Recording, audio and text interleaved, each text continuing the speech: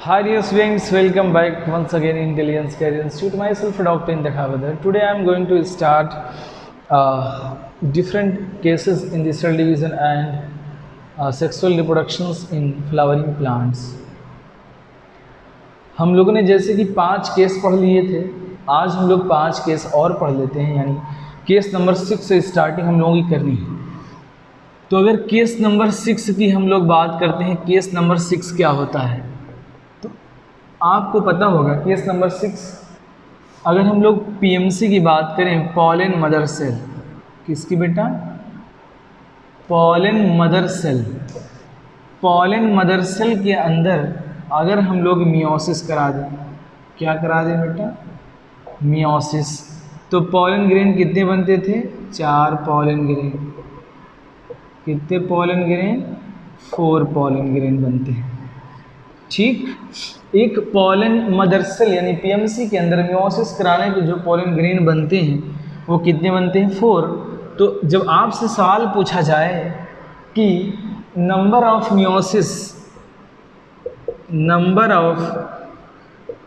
Meiosis required for the formation of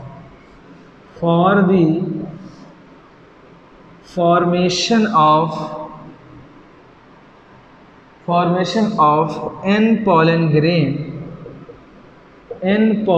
grain, तो आप कैसे निकाल देंगे? n/4। ठीक है। केस नंबर 6 ये है कि पॉलन मदर सेल है, पीएमसी, मियोसिस हुई, after meiosis 4 pollen grain are form, number of meiosis required for the formation of n pollen grain is equal to n/4। Clear? अभी क्वेश्चन की practice हम लोग कर लेते हैं, फिर ये कंसेप्ट क्लियर होगा।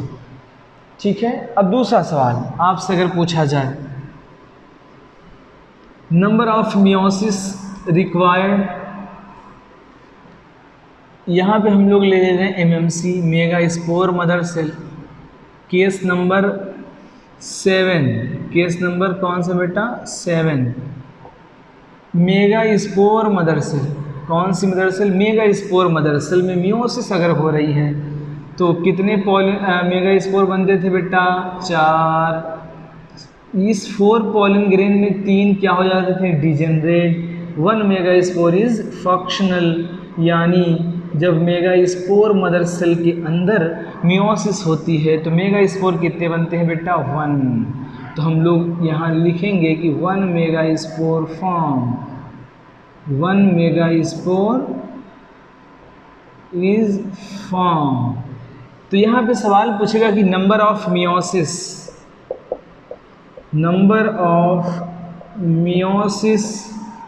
Required for the formation of, ये 10 क्वेश्चन में से बेटा हो सकता है नीट में 2020 में एक क्वेश्चन आया ज़रूर। ठीक है। For the formation of an egg cell, an egg cell is equal to क्या हो जाएगा बेटा? n के हो जाएगा। क्लियर? ये सवाल आपसे पूछे जा सकते हैं कि मेगा स्पोर मदर सेल में अगर मियोसिस हो रही है बेटा तो 1 मेगा स्पोर फॉर्म होते हैं, जबकि पॉलन ग्रेन में 4 पॉलन ग्रेन का फॉर्मेशन हो रहा है। तो हम लोग क्या करेंगे जब इसको निकाल? Number of meiosis required for the formation of an egg cell is equal to n। Clear? उम्मीद करता हूँ कि ये कंसेप्ट क्लियर होंगे। कुछ चीज़ें और हम लोग कर लेते हैं। केस नंबर 8 में चलते हैं हम लोग। अभी क्वेश्चन की प्रैक्टिस करेंगे हम लोग तो बात जो है समझ में आ जाएगी। केस नंबर 8 ये भी बहुत आसान है। केस नंबर 8,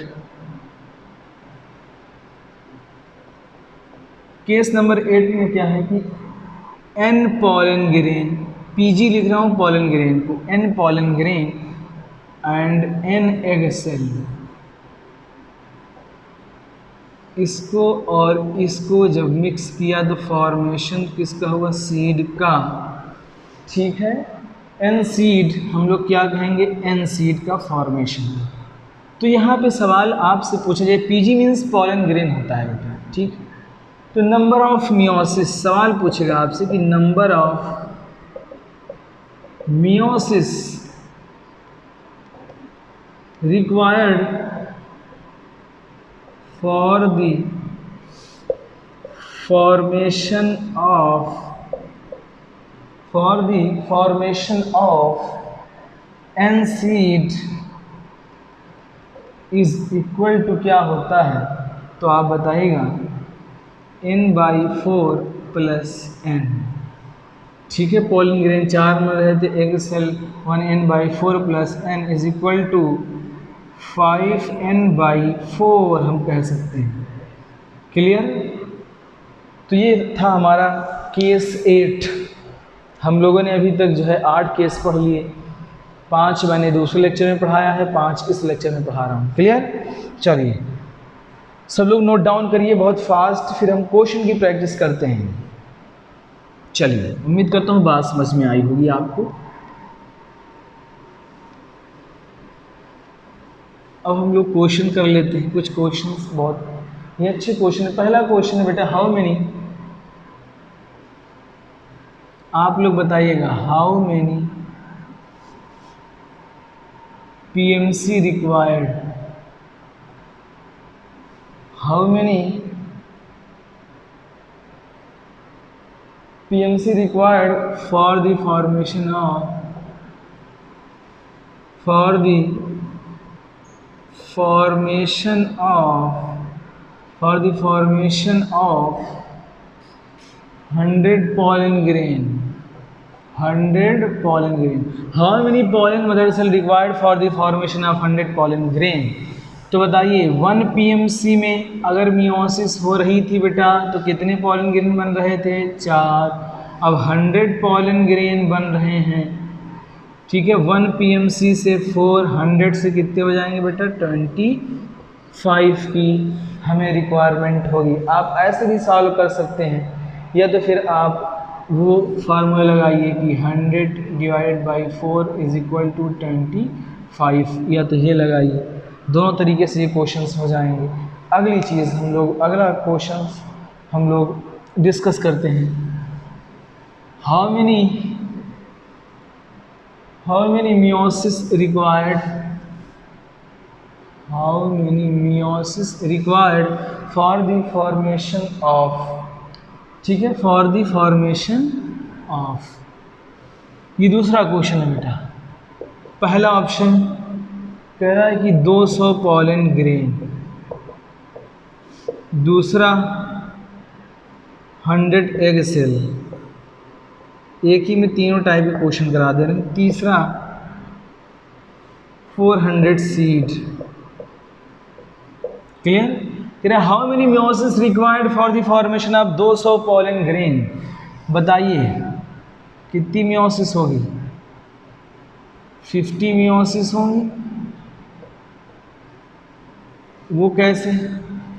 1 PMC गिव्स 4, तो 200 पॉलन ग्रेन अगर बनने हैं तो कितना रिक्वायरमेंट होना चाहिए? 50, यानी 50 PMC अगर हमें चाहिए तो 50 मियोसिस भी होगी। मेरे ख्याल से पॉइंट क्लियर है। 100 एग सेल में कितने होने चाहिए बेटा? 100 होने चाहिए, ठीक। 400 सीड हैं तो कितना होना चाहिए?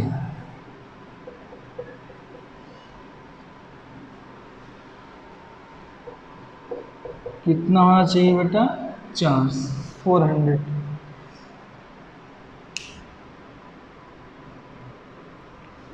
ठीक है, 500 कितना होना चाहिए? 500। मेरे ख्याल से सारा कंसेप्ट क्लियर हुआ आप लोगों को। नंबर ऑफ सीट का फार्मूला क्या था? 5n डिवाइडेड बाई बेटा 4। तो ये हम लोगों ने क्वेश्चंस की प्रैक्टिस कर ली, और भी बहुत सारे क्वेश्चंस बनते हैं इससे, जो आप लोग प्रैक्टिस करिएगा, क्योंकि समय आपके पास ज़्यादा नहीं है, तो प्रैक्टिस ज़्यादा से ज़्यादा करिए, ठीक है। और चलिए अब 9 type, case number 9, case number 9 की बात हम लोग कर लेते हैं। केस नंबर 9, केस नंबर 9 क्या है बेटा? बहुत ही अच्छा केस है केस नंबर 9 भी, जो हम लोगों ने पढ़ा है। Polarity of different parts, polarity of different parts, different parts में हमें पोलैरिटी निकालनी है। जैसे आप याद रखिएगा, कुछ की पोलैरिटी याद रखना पड़ेगा। जैसे बेटा लीफ सेल हो गया जिसकी पोलैरिटी 2n होती है। दूसरा रूट सेल, आपसे क्वेश्चन में कहेगा रूट सेल की पोलैरिटी 2n होती है। तीसरा स्टेम सेल की पोलैरिटी 2n होती है। Fourth body cell of animal जिसकी पोलैरिटी 2n होती है। ठीक है। पोलन ग्रेन की पोलैरिटी क्या होती है? n होती है। 6 मेगा स्पोर कहें या एग कहें हम लोग, मेगा स्पोर कहें या हम लोग कहें एग, जिसकी पोलैरिटी होती है n। सेवेंथ की हम लोग बात करें तो endosperm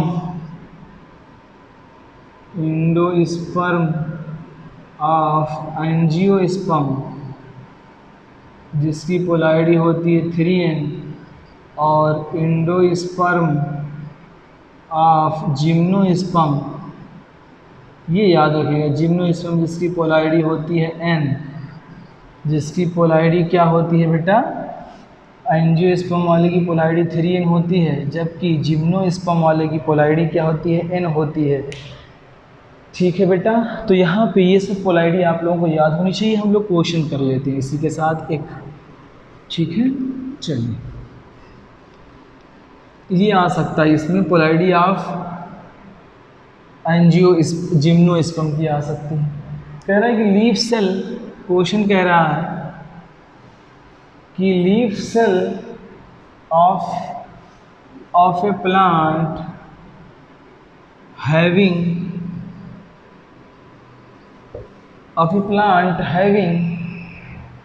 48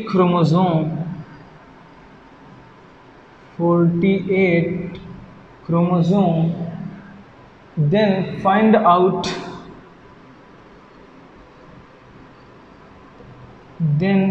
out number of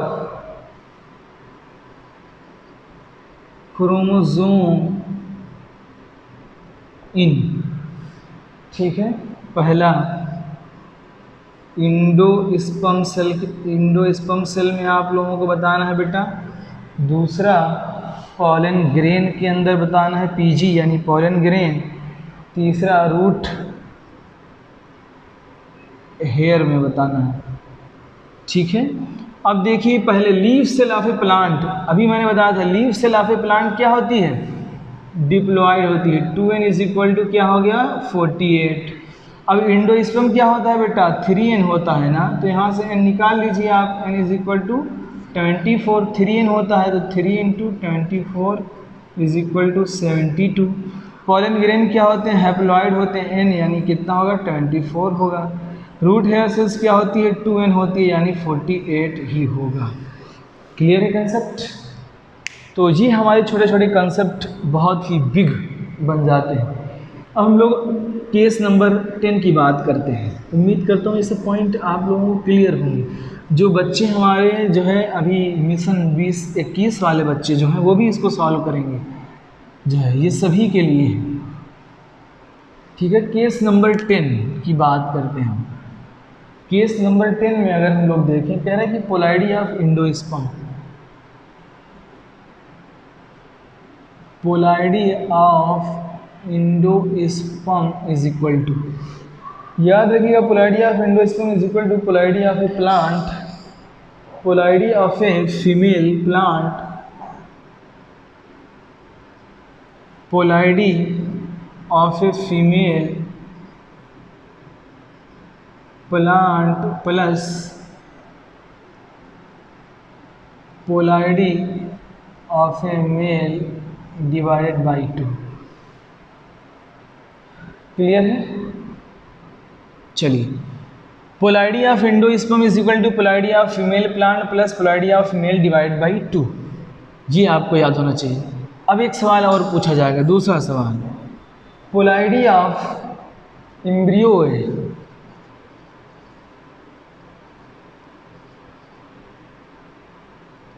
polarity of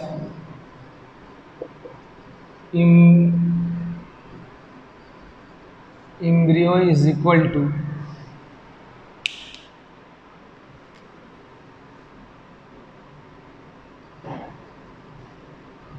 female divided by 2 plus male divide by 2। Clear है? यहाँ दोनों में हाफ हाफ लगा हुआ है। तो इसी के साथ हम लोग क्वेश्चन कर लेते हैं। ये याद रखिएगा बेटा, बहुत इंपॉर्टेंट है। इस पर मैं स्टार लगा रहा हूँ, हो सकता है यही आए। ठीक है, इस टाइप के क्वेश्चन अभी तक पूछे तो बहुत रेयर गए हैं, लेकिन इस बार हो सकता है यहाँ से पूछा जा सके। ठीक है, तो हम लोग जो है समझते हैं, कुछ क्वेश्चंस कर लेते हैं। क्वेश्चन नीचे ही सॉल्व करते हैं। क्वेश्चन है कि a tetraploid male plant, a tetraploid male plant, tetraploid male plant, tetraploid male plant is crossed with, is crossed with, tetraploid male plant is crossed with diploid female plant, diploid female plant, then find out polarity of endosperm and embryo। ठीक है, polarity of embryo हमें find करनी है and endosperm. Clear? दोनों की polarity हमें निकालनी है, तो हम इधर निकाल लेते हैं। अब देखिए पोलैरिटी ऑफ, अगर हम लोग एंडोस्पर्म की निकालें तो पोलैरिटी ऑफ फीमेल प्लांट। अब बताइए tetraploid male plant is cross with diploid female, तो हम लोग क्या कहेंगे 2n प्लस। ठीक है, polarity of female plant plus male की क्या है बेटा, टेट्रापोलाइड है 4n divided by 2 is equal to 2n plus 2n is equal to 4। क्या होगा? टेट्रापोलाइड एंडोस्पर्म होगा। पोलैरिटी ऑफ एम्ब्रियो अगर निकालनी है तो 2n divided by 2 plus male की क्या है बेटा, टेट्रापोलाइड है डिवाइडेड बाई 2। ठीक है, is equal to 1 plus 2 is equal to क्या होगा, 3 होगा। क्लियर है? तो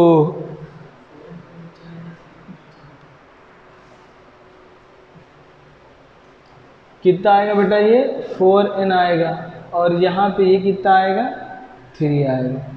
मेरे ख्याल से पॉइंट सभी को क्लियर है।